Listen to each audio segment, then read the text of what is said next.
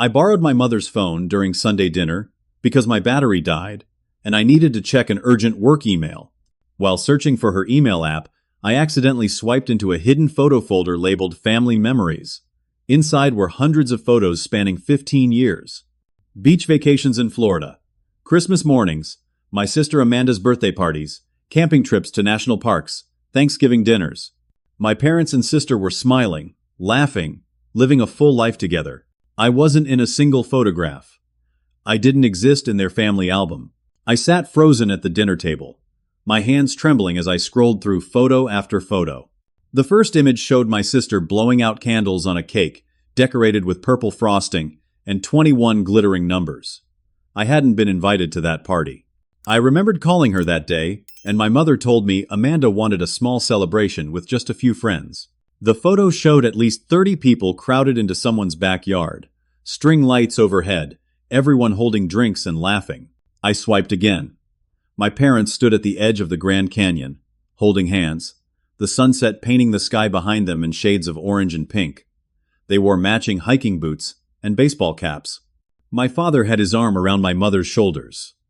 They looked younger somehow, lighter. I remembered that year clearly, because I'd called them on their anniversary and asked if they wanted to have dinner with me. My mother said they couldn't afford to go anywhere special, that they were just staying home and watching television. But here they were, 1,000 miles away, living an adventure I knew nothing about. Another swipe.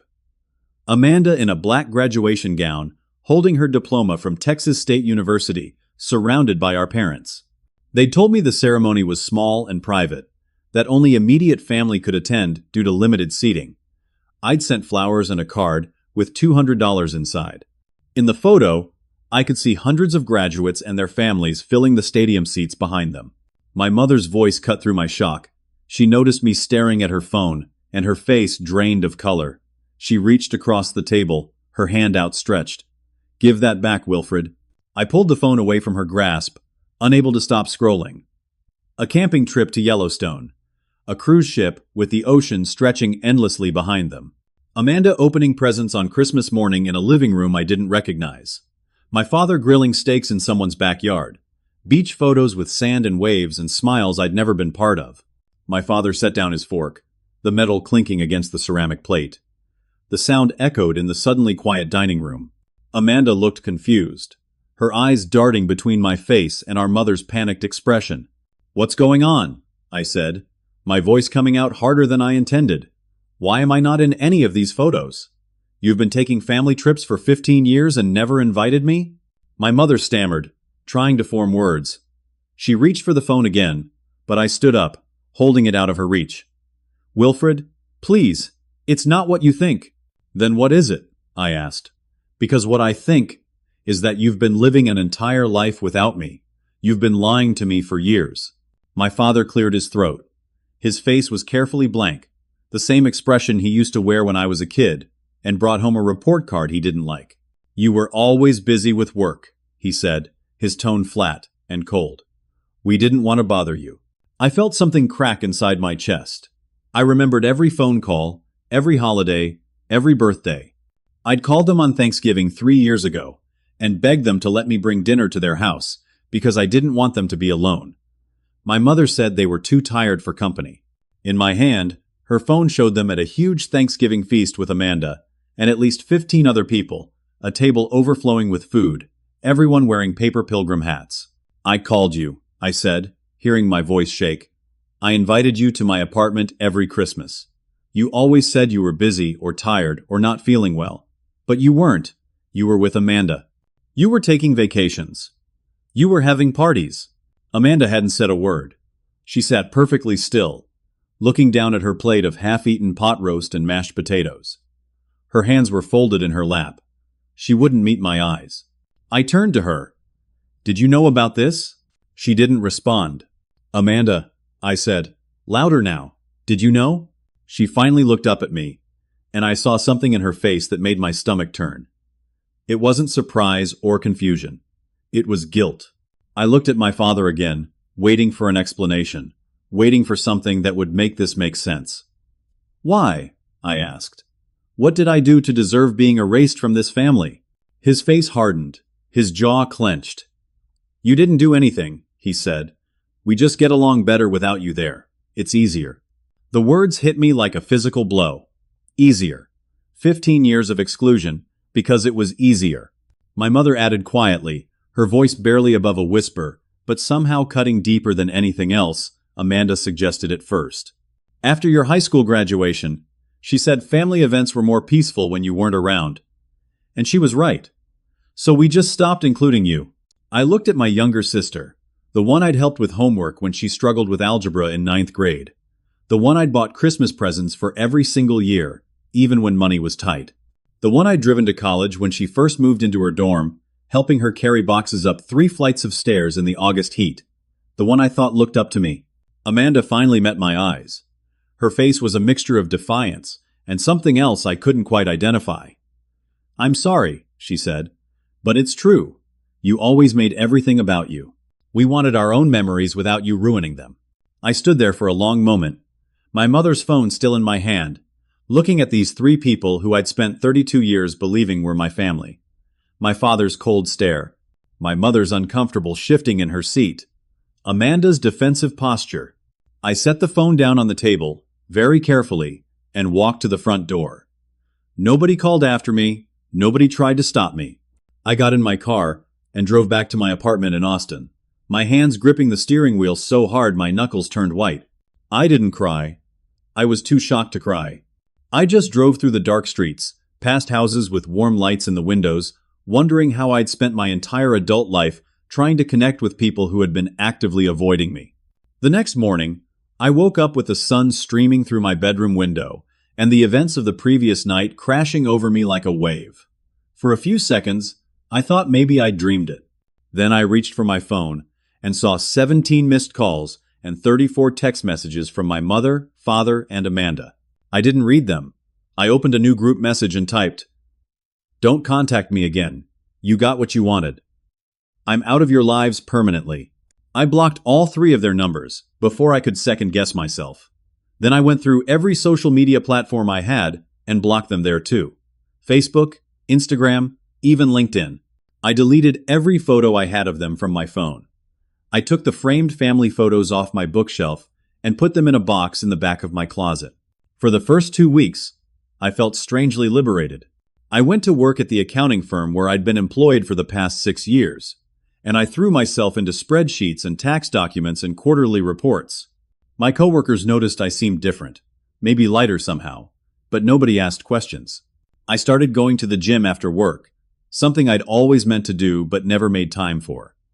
I reconnected with my college roommate, Jake, who lived in Houston. We'd lost touch over the years because I was always busy visiting my family on weekends. Except I hadn't been visiting them at all. They just told me not to come. Jake and I started having video calls on Thursday nights, catching up on the past decade of our lives. He told me about his job as a software engineer, his girlfriend Melissa, his plan to propose to her in the fall. I told him about cutting off my family, and he listened without judgment. "Man," he said during our 3rd call, "I always thought your family was weird. Remember when I invited you to come home with me for Christmas junior year, and you said you couldn't because your family needed you? And then you told me later your mom said they were just staying home that year?" "Yeah," I said. Melissa was listening on the couch next to Jake. She leaned into the frame. "That's not normal, Wilfred. Families don't exclude someone like that unless there's something really wrong with them, not you." Her words settled into my chest, warm and validating. I also started therapy.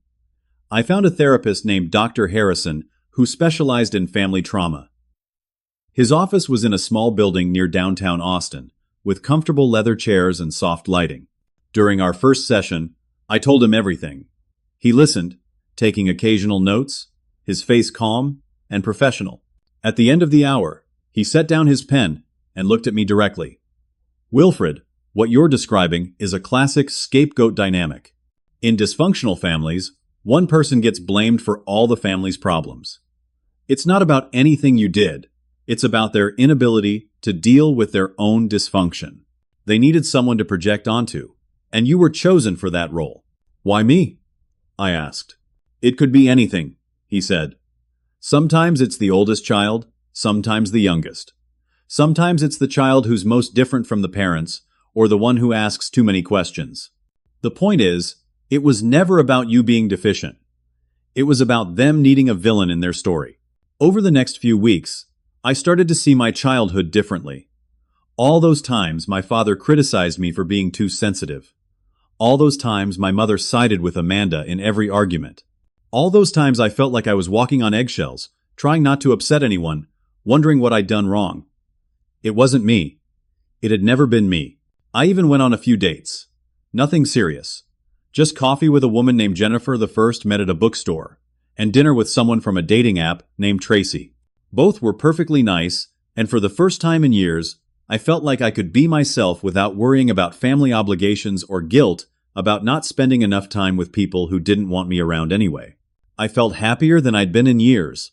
Lighter, free. Then, on a Tuesday afternoon while I was at work reviewing a client's financial statements, my phone rang. Unknown number. I normally didn't answer unknown numbers, but something made me pick up. The voice on the other end was smooth and professional. "Is this Wilfred Henderson?" "Yes," I said. "My name is Bernard Patterson. I'm an attorney representing your father, Douglas Henderson. I'm calling regarding the recent passing of your grandmother, Margaret Henderson." My grandmother.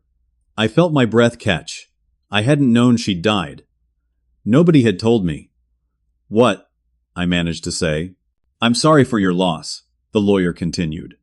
"Your grandmother passed away last Thursday at the age of 91. She'd been in a nursing home in Dallas for the past 3 years. The funeral is scheduled for this Saturday at 2 in the afternoon at Wrestling Memorial Chapel. I'd been visiting my grandmother every other weekend for 3 years. The drive from Austin to Dallas was 6 hours round trip, but I made it anyway, every 2 weeks, without fail. We'd sit in her room at Shady Oaks Nursing Home, and I'd read to her from her favorite books, or bring her homemade cookies, or just talk about my life. She was the only family member who ever seemed genuinely happy to see me. I thought my parents visited her too. They told me they did. They said they went every week. The lawyer cleared his throat. "Mr. Henderson, I need to inform you of the contents of your grandmother's will. She left specific instructions that I contact you directly." My heart started pounding. "Your grandmother has left you her house in Portland, Oregon. It's fully paid off, valued at approximately $600,000. She's also left you her entire savings account, which contains $250,000. I couldn't speak. "My grandmother had left me everything. She left nothing to your father or your sister," the lawyer continued. "The will states, and I'm quoting directly, Wilfred was the only one who visited me in the nursing home. He's the only real family I have." Tears started streaming down my face. I was sitting at my desk at work, and I didn't care who saw me crying. "However," Mr. Patterson continued, and his tone shifted, "I need to inform you that your father is contesting the will.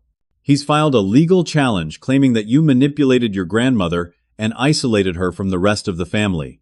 He's alleging that you took advantage of her declining mental state and coerced her into changing her will." "What?" I said. "That's insane. I never did any of that." "I understand," the lawyer said, "but the contest has been filed. There will be a court hearing to determine the validity of the will. The date is set for 6 weeks from now, on the 16th of August. You'll need to hire your own attorney to represent your interests." After I hung up, I sat at my desk in shock. My grandmother had seen everything. She'd understood everything. And she'd made sure I'd be taken care of. But my family wasn't going to let me have it. They'd excluded me from their lives for 15 years, but they definitely wanted my inheritance. I hired a lawyer named Janet Morrison based on a recommendation from Dr. Harrison. She was in her mid-50s, with short gray hair and sharp eyes that missed nothing. Her office was downtown, on the 14th floor of a glass building with a view of the Colorado River. She reviewed my grandmother's will and the nursing home records I'd brought. After about 20 minutes, she looked up. "This is straightforward, Wilfred. Your grandmother's will is ironclad. She was evaluated by 2 separate doctors in the month before she died, both of whom confirmed she was of sound mind. We have 3 years of documented proof that you visited her regularly, and I'll subpoena the nursing home's visitor logs to show your father barely came at all. We're going to win this." Her confidence made me feel better, but only slightly. I'd never been involved in any kind of legal proceeding before. The idea of going to court against my own father felt surreal. Over the next few weeks, my father's legal team became increasingly aggressive. They filed motion after motion, each one claiming something more outrageous than the last. They said I'd emotionally abused my grandmother. They said I'd convinced her to cut off contact with her son and granddaughter. They said I'd exploited her declining mental state, even though the medical records clearly showed she was sharp until the end. I had to take time off work to prepare for depositions. My boss, Mr. Caldwell, was understanding at first. "Family matters," he said, nodding sympathetically. "Take the time you need." But as the days turned into weeks, and I had to miss important client meetings to sit in conference rooms answering invasive questions from my father's lawyers, Mr. Caldwell's patience wore thin. The depositions were brutal. My father's attorney, a man in his 60s, named Richard Sterling, with perfectly combed silver hair and an expensive suit, asked me questions designed to make me look like a manipulative villain. "Isn't it true, Mr. Henderson, that you encouraged your grandmother to distrust her own son?" "No," I said. "That's not true." "Isn't it true that you told the nursing home staff not to allow your father access to his mother?" "Absolutely not," I said. "I never said anything like that to anyone." The questions went on for hours. By the end of my deposition, I felt exhausted and violated. Then came my father's deposition. I sat in the room and listened as he lied under oath. He claimed he visited the nursing home every single week. He claimed he brought his mother her favorite foods and read to her, and spent hours by her bedside. He claimed I had poisoned the staff against him, turning them into my allies. Janet presented the visitor logs. They showed 3 visits from my father in 3 years. 3. He barely blinked. "Those logs are incomplete," he said smoothly. "I visited many more times, but I didn't always sign in." "The nursing home requires everyone to sign in," Janet said. "It's their policy for security purposes." He shrugged. "I must have forgotten sometimes." Amanda's deposition was worse. She sat across from me in a pale blue dress, her hands folded on the table, and she cried. Real tears streamed down her face, as she talked about how I'd stolen their grandmother from them. "He turned her against us," Amanda said, her voice breaking. "He spent all that time with her just so he could get her money. He didn't care about her. He just wanted the inheritance." "Do you have any evidence of this?" Janet asked. Amanda pulled out her phone and showed text messages. They were supposedly from me, sent to her over the past 2 years. Messages that said things like, "Stay away from Grandma. She doesn't want to see you," and, "If you contact her again, you'll regret it." I'd never sent those messages. I'd never seen them before in my life. Janet asked to examine Amanda's phone. After a few minutes of looking through the metadata, she found something. "These messages were sent from a number that's not registered to Wilfred," she said. "Someone created these texts to frame him." Amanda's face went red. She grabbed her phone back. "That's not possible," she said. "These are from him." But the damage was done. Janet had caught her in a lie, and it was on the record. Still, the depositions left me feeling dirty and exhausted. This wasn't just a legal battle. This was my family trying to destroy me in every way possible. During a lunch break in the proceedings, I went to my car to get some air. When I got there, I stopped cold. Someone had keyed deep scratches along both sides of my car. Long, jagged lines that cut through the paint down to the metal. On the driver's side door, someone had carved the word thief. On the passenger side, the word liar. I looked around the parking lot. Security cameras were mounted on poles at each corner, but I had a sinking feeling they wouldn't help me. I walked back to the building and saw Amanda in the parking lot, about 50 feet away, walking quickly toward her own car. Her keys were in her hand, and there was something on the key ring. Fresh red paint, the exact same color as my car. "Amanda!" I called out. She turned, saw me looking at her keys, and her face went pale. She got in her car and drove away before I could reach her. I went to building security and asked to see the parking lot camera footage. The security guard, a young guy who looked barely out of college, pulled it up on his computer and frowned. "Sorry, man," he said. "The cameras in that section have been out since yesterday. Technical issue. We're getting them fixed tomorrow." Of course they were. I filed a police report anyway. The officer who came out took photos of my car and wrote everything down, but he was honest with me. "Without camera footage or witnesses, there's not much we can do," he said. You can file an insurance claim for the damage, but unless someone saw who did it, we can't press charges. That night, I called Janet and told her what happened. She was quiet for a long moment. Wilfred, she said finally, your family is escalating. They're not just fighting for money anymore. They want to destroy you completely. You need to be very careful. Document everything. Don't go anywhere alone if you can help it. And consider getting a security camera for your apartment. Her words sent a chill through me. 2 days later, I came home from work to find my apartment door slightly ajar. I knew I'd locked it that morning. I always locked it. I pushed the door open slowly, half expecting someone to still be inside. But the apartment was empty. Nothing was obviously stolen. My television was still there, my laptop still on my desk. But something felt wrong. I walked through each room, and that's when I noticed. My closet door was open. The box where I'd stored my childhood photo albums was gone. I'd had 4 albums in there, filled with pictures of me as a baby, as a kid, as a teenager. The only physical proof I had that I'd once been part of the family. Gone. On my bookshelf, there was an empty space where I'd kept a small wooden box. Inside that box had been letters my grandmother sent me over the years. Birthday cards, thank you notes, just thinking of you cards. Letters where she told me she loved me, that she was proud of me, that I was special. All of it. Gone. I called the police again. A different officer came out this time, an older woman named Officer Martinez. She walked through my apartment, took notes, dusted for fingerprints on the doorknob. Was anything valuable taken? She asked. Just personal items, I said. Photo albums and letters. She looked at me with sympathy.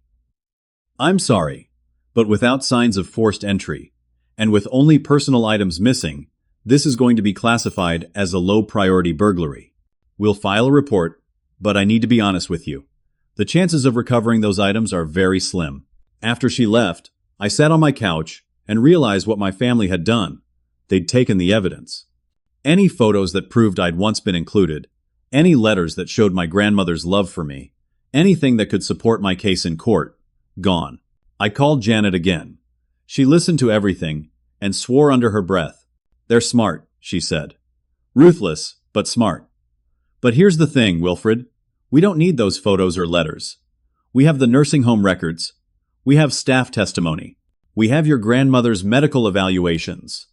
They can steal your memories, but they can't steal the truth. I wanted to believe her. But lying in bed that night, staring at the ceiling, I couldn't shake the feeling that this was just the beginning. My family had spent 15 years excluding me.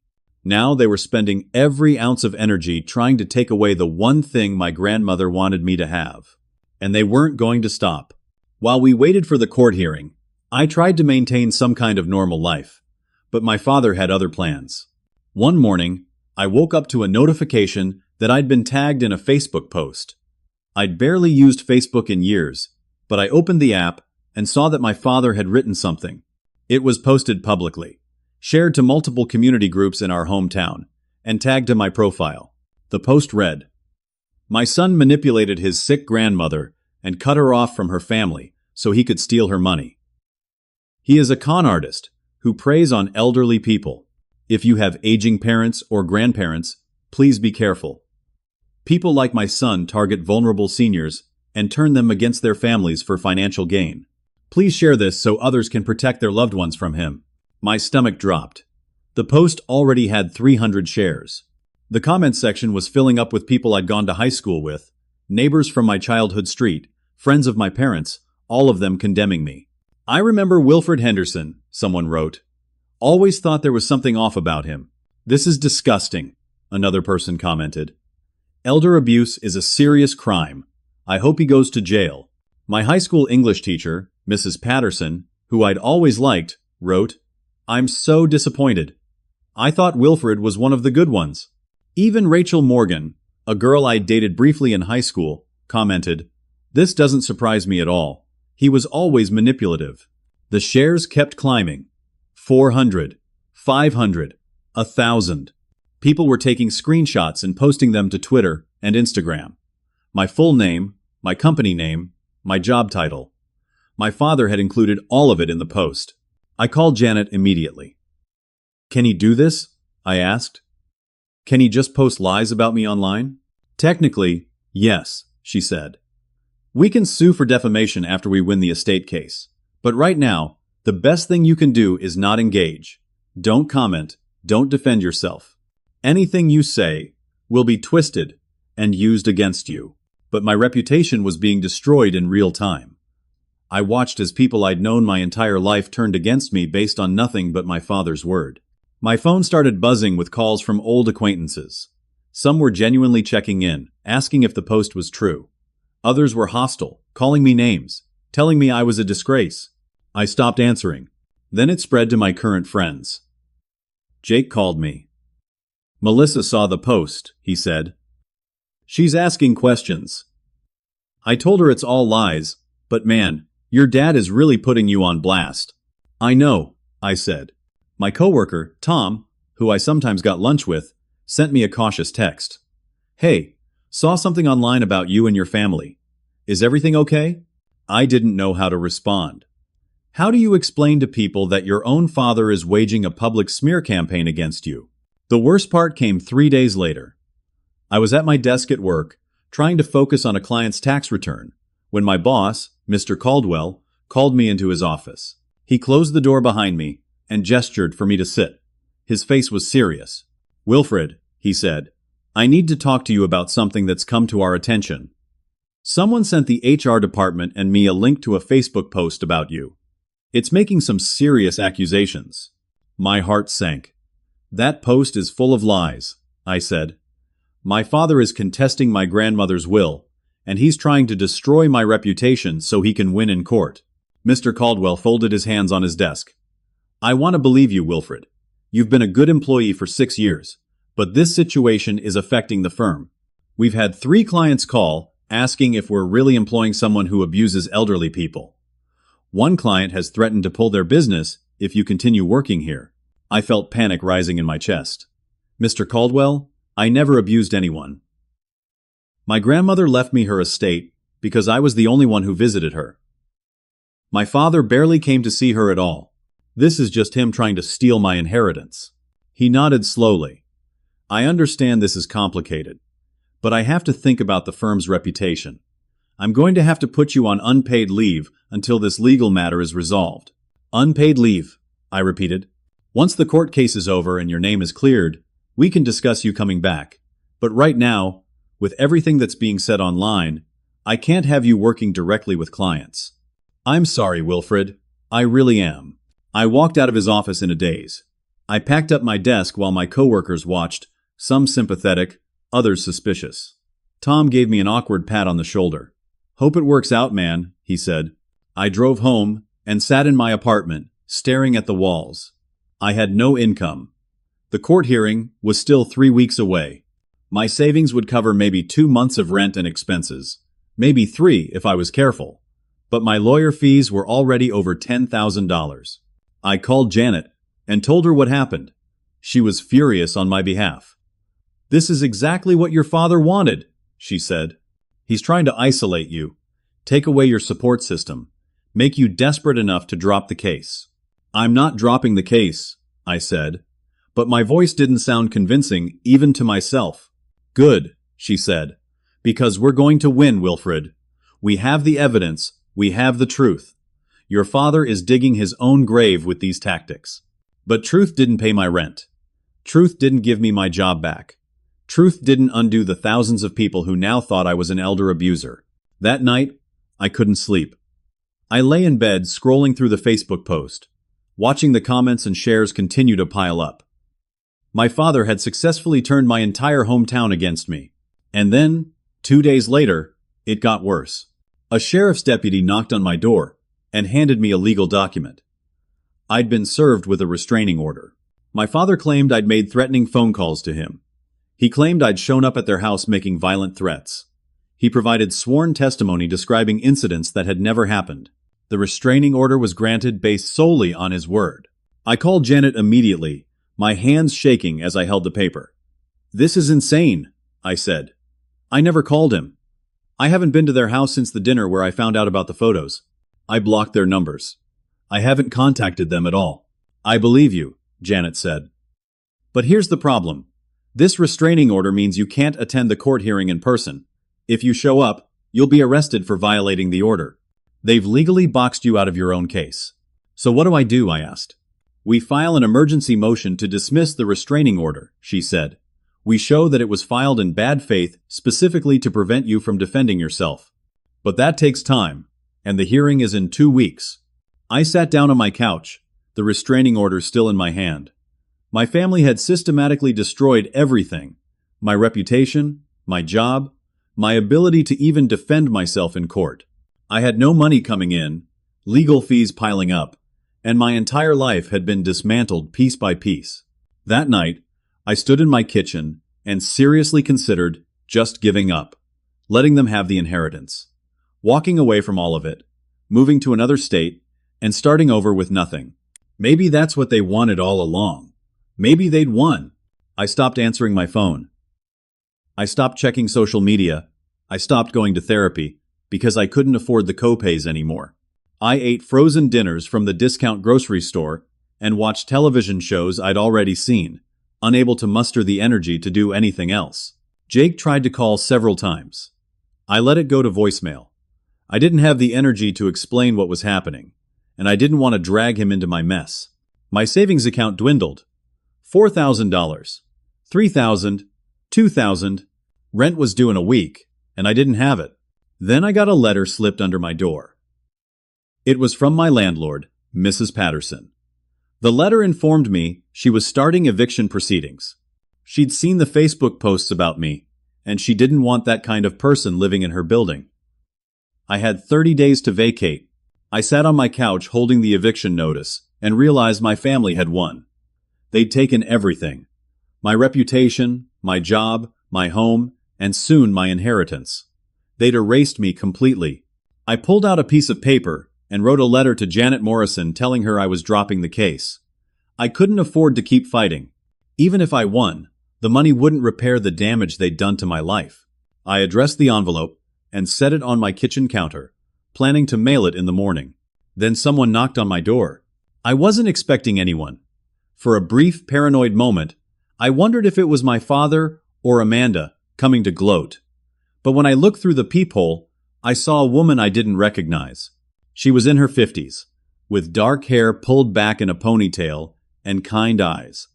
She wore scrubs, the kind nurses wear. I opened the door cautiously. "Can I help you?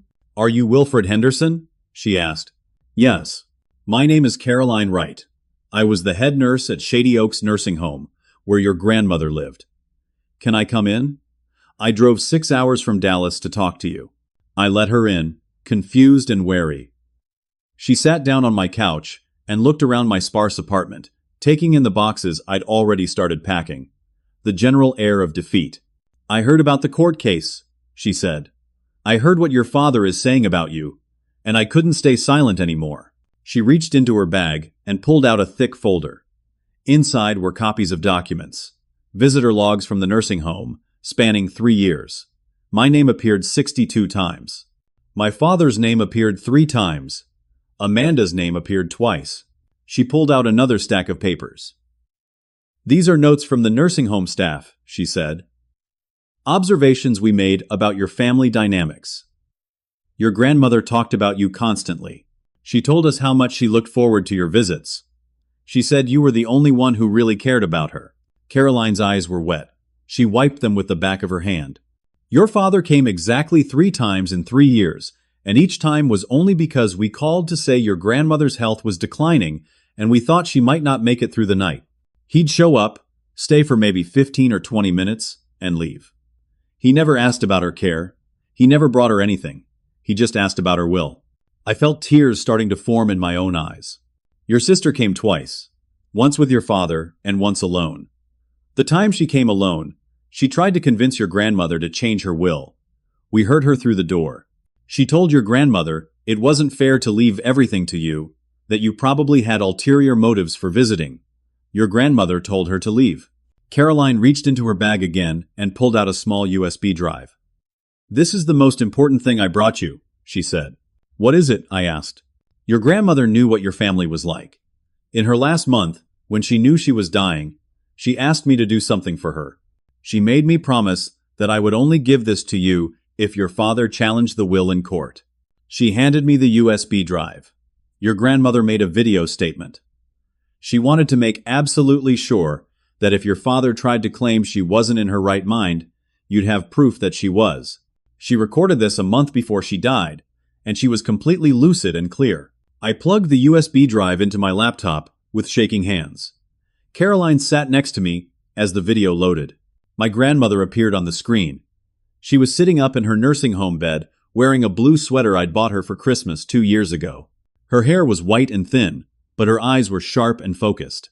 The video was dated. She stated the date clearly, then looked directly into the camera. "My name is Margaret Henderson," she said, her voice strong despite her age. "I'm 91 years old. I'm making this statement of my own free will, in the presence of Caroline Wright, head nurse at Shady Oaks Nursing Home. I am of sound mind and body, and I want to make my wishes absolutely clear." She took a breath. "I'm leaving my entire estate to my grandson, Wilfred Henderson, my house in Portland, Oregon, and all my savings. I'm leaving nothing to my son, Douglas Henderson, or my granddaughter, Amanda Henderson." She looked sad for a moment. "My son and granddaughter abandoned me. They visited me 3 times in 3 years. Each time they only came because the nursing home told them I was dying. They never stayed long. They never asked how I was doing. They only asked about my will and my money." My grandmother's face hardened. "Wilfred came to see me every other week for 3 years. He drove 6 hours round trip. He brought me cookies and books. He read to me when my eyes got too tired. He just sat with me and talked. He never asked for anything. He just loved me." Tears were streaming down my face as I watched. "I know my son will contest this will," my grandmother continued. "He's greedy and he's cruel. He's been that way his whole life. He scapegoated Wilfred from the time that boy was small, and Amanda followed right along. They made Wilfred the villain of their family story because they needed someone to blame for their own unhappiness." She leaned closer to the camera. "But Wilfred is good. He's kind. He's exactly the kind of person I raised my son to be. But my son failed. Wilfred is my real family. He deserves everything I'm leaving him. And if Douglas contests this will, I want Wilfred to know something important." She pointed at the camera, directly at me. "Fight back. Don't let them win. They've taken enough from you already. Don't let them take this too. You deserve happiness. You deserve peace. And you deserve this inheritance. It's yours. I want you to have it." The video ended. I sat there crying, and Caroline put her hand on my shoulder. "She loved you so much," she said quietly. "Don't let them take that away from you." I looked at the letter I'd written to Janet, the one where I was dropping the case. I picked it up, tore it into pieces, and threw it in the trash. I called Janet immediately. It was 8 at night, but she answered anyway. "I'm not dropping the case," I said. "We're going to court, and we're going to destroy them." The emergency motion to dismiss the restraining order was heard 3 days before the estate hearing. Janet presented evidence showing I'd had no contact with my father since blocking his number. She showed my phone records proving I hadn't called him. She showed testimony from my apartment building security cameras showing I hadn't left my apartment the night my father claimed I threatened him at his house. The judge reviewed everything and ruled in our favor. "The restraining order is dismissed," he said. "It's clear this was filed in bad faith to prevent Mr. Henderson from participating in the estate proceedings. Mr. Douglas Henderson, you're lucky I'm not holding you in contempt of court." My father sat in the courtroom, his face red with anger, but he said nothing. 3 days later, we all gathered for the main hearing. The courtroom was smaller than I expected, with wooden benches and fluorescent lights overhead. My father sat on one side with his lawyer, Richard Sterling, and Amanda sat next to them. They both stared straight ahead, refusing to look at me.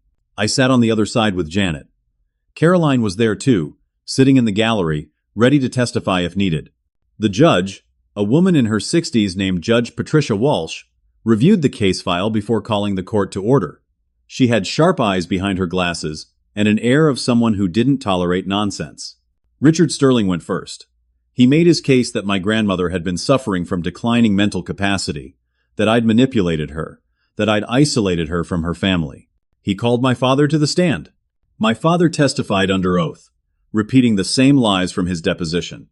He claimed he'd visited his mother constantly. He claimed I'd turned the nursing home staff against him. He claimed his mother was confused and didn't understand what she was signing. Janet cross-examined him. She was brilliant.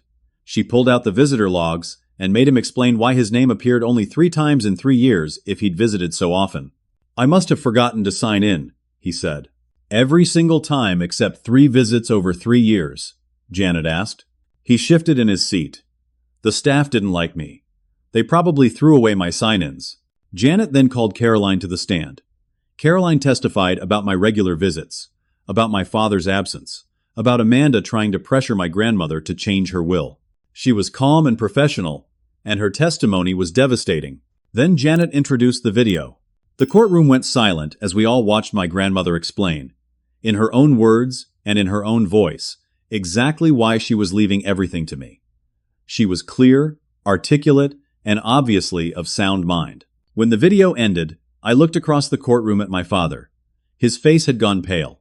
Judge Walsh asked to see my grandmother's medical records. She reviewed the evaluations from the 2 doctors who'd examined her a month before her death. Both confirmed she had full mental capacity. The judge set down the documents and removed her glasses. "I've reviewed all the evidence presented," she said. "The will is valid." Mrs. Margaret Henderson was clearly of sound mind when she made her decisions.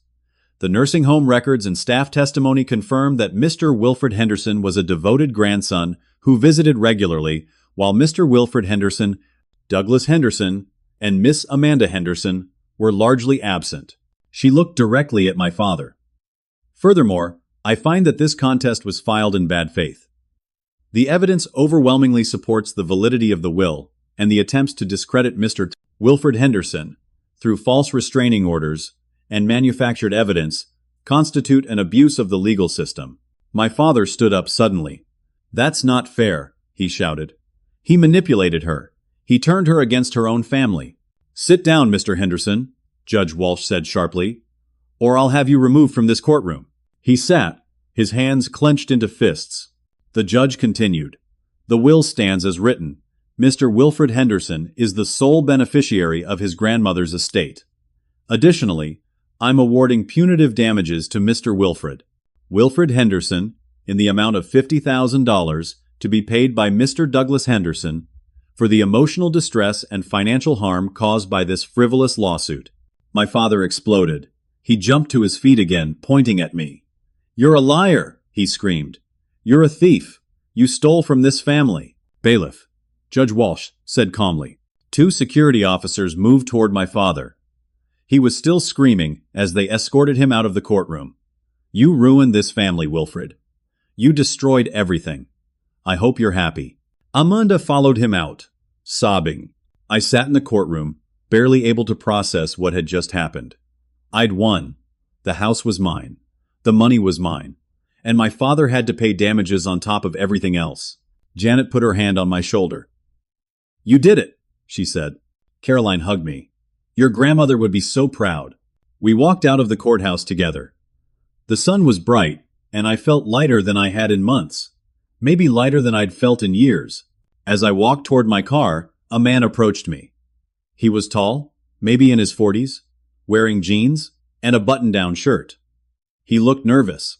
"Wilfred Henderson?" he asked. "Yes," I said cautiously. "My name is Thomas Drake. I'm a private investigator. Your sister hired me about 6 months ago to follow you and dig up anything she could use against you in court." My stomach tightened.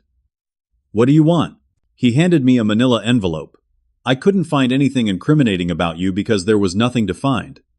But during my investigation, I discovered something else. Something your sister doesn't know about yet." I opened the envelope. Inside were bank statements, credit card applications, and loan documents. All in Amanda's name. But the signatures didn't look like hers. "What is this?" I asked. "Your father has been stealing from your sister for years," Thomas said. "He's been forging her signature on loan applications, opening credit cards in her name, and draining money from accounts he set up using her information. The total theft is over $70,000. I stared at the documents, barely able to believe what I was seeing. "Your sister thinks her money is invested," Thomas continued. Your father told her he was putting it into mutual funds and retirement accounts. But it's gone. He gambled it away. Every penny. Why are you telling me this? I asked. Because Amanda was my client, and I couldn't give this to her directly once she stopped paying me. But you're not my client. I thought you should know what kind of man your father really is. What you do with that information is up to you. He walked away, leaving me standing in the courthouse parking lot, holding evidence of my father's crimes against Amanda. Janet and Caroline came up behind me. What was that about? Janet asked. I showed them the documents. Caroline's eyes went wide. Your father stole from his own daughter? I stood there, looking at the evidence in my hands. Amanda had helped destroy my reputation. She'd lied on the stand.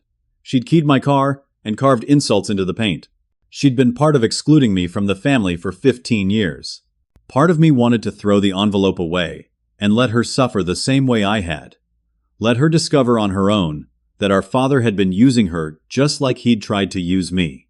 But another part of me, the part my grandmother had nurtured, couldn't do it. I have to tell her, I said. I spent 3 days wrestling with the decision. I paced my apartment, which I could now afford to keep, thanks to the inheritance that was finally, legally mine. I talked to Dr. Harrison, who I could afford to see again now that I had money. I called Jake, who listened patiently as I talked through my options. Part of me wanted revenge. Amanda had stood on the witness stand and lied about me. She'd helped my father try to steal my inheritance. She'd been part of systematically excluding me from every family event for 15 years. She'd told me to my face that family gatherings were better without me. But another part of me, the part that had spent 3 years visiting my grandmother every other weekend just because it was the right thing to do, couldn't let her get destroyed by our father without at least warning her. I decided to meet with her one more time. I called her number, which I'd unblocked after the court case ended. She answered on the third ring, her voice wary. Wilfred? I need to talk to you, I said. In person. It's important. There was a long pause. I don't think that's a good idea. It's about Dad, I said. And it's something you need to know. Another pause. Then, fine. Where? The same coffee shop where we used to meet when you were in college, I said. Tomorrow at 2. She agreed and hung up. The next day, I drove to Cup of Joe, a small coffee shop in our hometown. I got there early and sat at a corner table, the manila envelope in front of me. My hands were shaking slightly. Amanda arrived exactly at 2. She looked tired, her eyes red like she'd been crying. She sat down across from me, her arms crossed defensively. What do you want? She asked. Come to gloat about winning? No, I said. I'm here because someone gave me something, and despite everything you've done to me, I can't let you walk into disaster without warning you. I slid the envelope across the table. She opened it slowly and began reading through the documents. I watched her face change. Confusion, then disbelief, then horror. This can't be real, she whispered. Dad said he was investing my money. He showed me statements. He said it was growing. Those statements were fake, I said. He's been stealing from you for years. The total is over $70,000. He forged your signature on loans, opened credit cards in your name, and drained every account. He gambled it all away. Amanda's hands were shaking. She looked up at me, tears starting to stream down her face. I'm ruined, she said. $70,000 in debt? I'll never recover from this. My credit is destroyed. I felt a pang of sympathy despite everything. You need to file a police report, I said. You need to press charges for identity theft and fraud. And you need to cut him out of your life completely. She looked at me, mascara running down her cheeks. Why are you telling me this? After everything I did to you, why would you warn me? I took a deep breath. Because Dad has been manipulating both of us our entire lives. He turned us against each other so he could control us. You helped him destroy me in court, and that's unforgivable. But I'm not going to let him keep victimizing you without at least giving you a chance to fight back. Amanda wiped her eyes with a napkin. She looked smaller somehow, like the weight of everything was crushing her. Do you know why I really wanted you excluded from family events? I waited. It wasn't because you made everything about yourself, she said, her voice breaking. It was because when you were around, you called Dad out on his behavior. You stood up to him.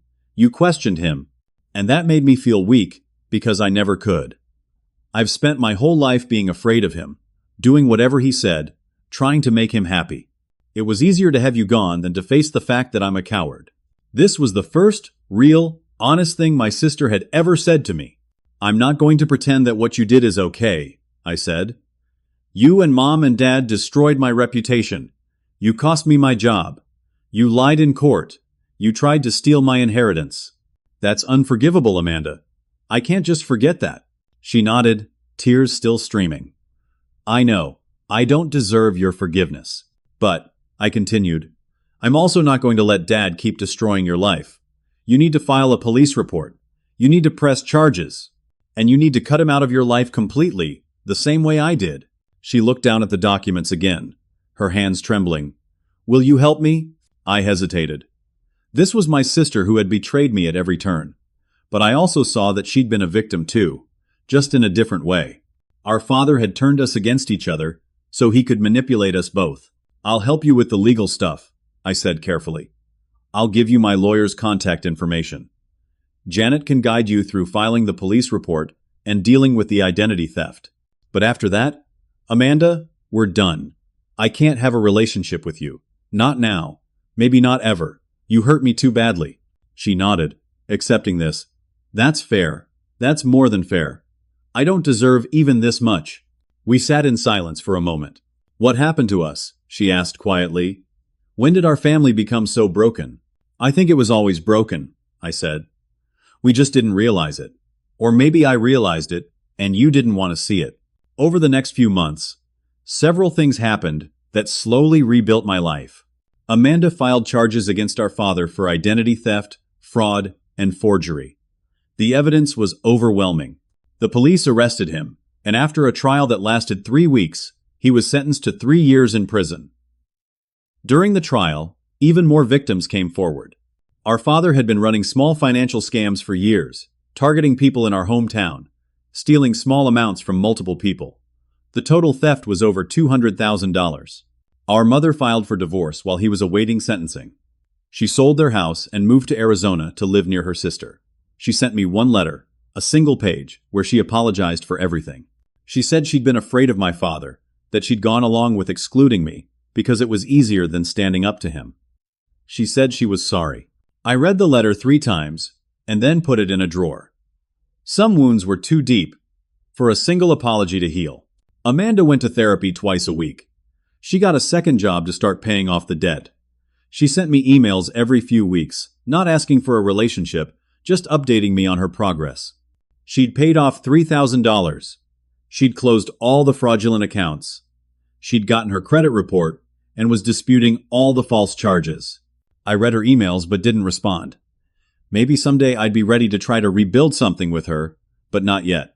The hurt was still too fresh. I moved to Portland to live in my grandmother's house. It was a beautiful craftsman-style home with hardwood floors and a big front porch.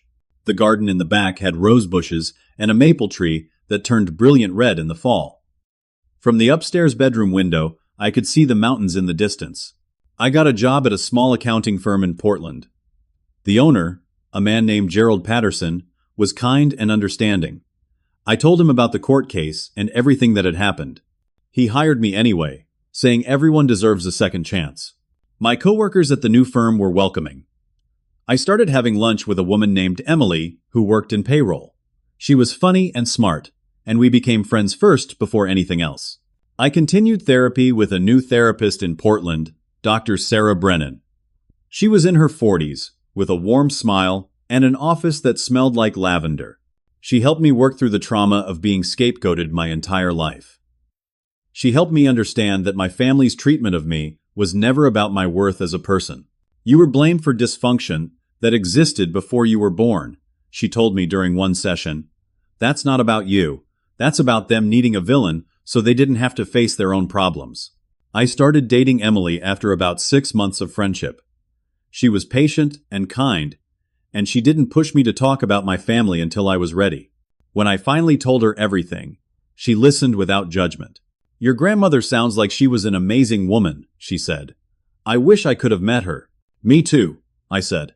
On the first anniversary of my grandmother's death, I visited her grave. It was in a cemetery in Portland, under a large oak tree. I brought roses from the garden at her house, the house that was now my house. I sat on the grass next to her headstone and talked to her the way I used to when she was alive. I told her about the court case and how her video had saved me. I told her about moving into her house and how much I loved it. I told her about my new job and about Emily. I told her about Amanda and how I'd chosen to help her, even though she didn't deserve it. And I realized something as I sat there in the quiet cemetery. My grandmother had taught me what real family looked like. It wasn't about blood or obligation. It was about who showed up. It was about who loved you when it was inconvenient. It was about who saw you for who you really were and valued that person. My parents and sister were related to me by blood, but they were never truly my family.